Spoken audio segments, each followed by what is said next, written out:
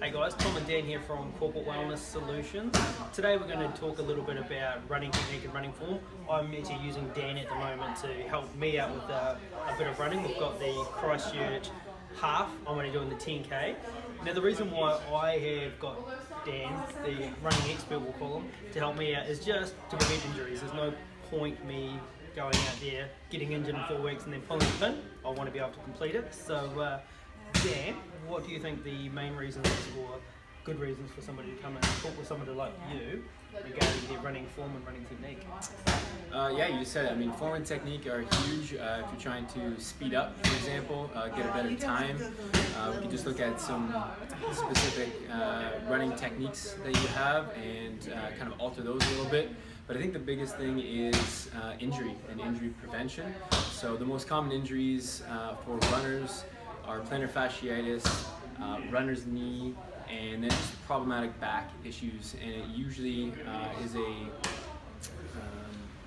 running gait issue or a stride issue that can easily be addressed with a quick test. Get you on the treadmill, see how your foot strike is, and start from there and start correcting. And what we see a lot of is just incorrect running technique, and that's the things that we start to look at and start to repattern and correct. And that's currently what you're doing right now. You're going through the growing pains. Got the calves burning. Yeah, so I don't know. Do you want to talk a little bit about what you're going through and the changes that we've made and I don't even want to think about it that bad. No, I just went for a 5K in the park the other day, Saturday. 2Ks in the calves were completely gone. So we had a wee conversation about that. You were saying it's better the muscles burning out than the joints, essentially, which makes perfect sense. The muscles just need to be reconditioned.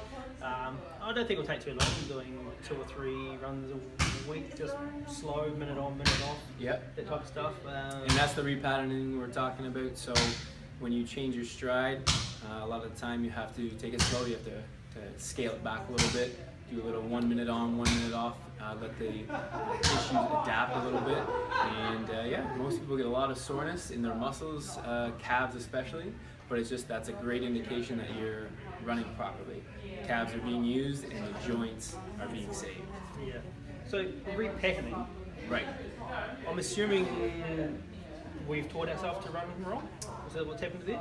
Yes, and a lot of it has to do with footwear. So footwear influences how you strike the ground, and a lot of it has to do with the heel support that you have or don't have. And that has heavily influenced the way a lot of people run these days. So it's something that we take a look at. Footwear, running gait, core strength is even involved in it. There's a lot of different elements that go with it. Yeah. So is that something you can help with as well? Absolutely. Picking shoes?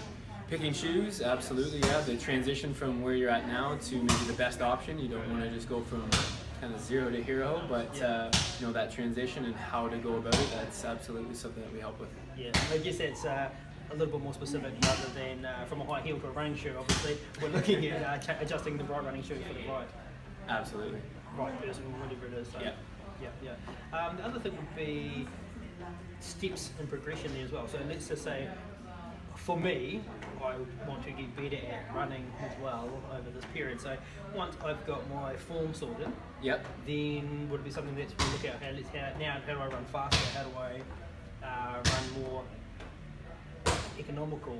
Absolutely, yeah. So part of that could be your corrective exercises that we may need to implement to get you stronger, get you more structurally balanced, so that going forward. I'm already strong there. You're already strong. You're good there. Yeah. All right.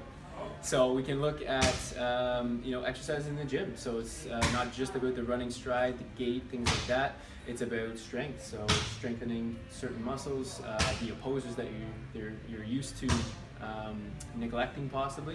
Yeah. So I know you're not a full-time runner, we'll call it, but a lot of full-time runners are very dominant in one aspect of their muscle groups, and a lot of times we need to address that and strengthen some opposers, for example, and just get them structurally sound, and that makes them faster. So after you've addressed all of those issues, then you can get into time trials and the actual structure of your running training. Bit of hard work. Yeah. Thank you. Alright guys, if you have any other questions specifically around health and wellness of any form, feel free to throw them out at us. You can email me, tom@corporatewellness.net.nz, and we'll be more than happy to answer for you.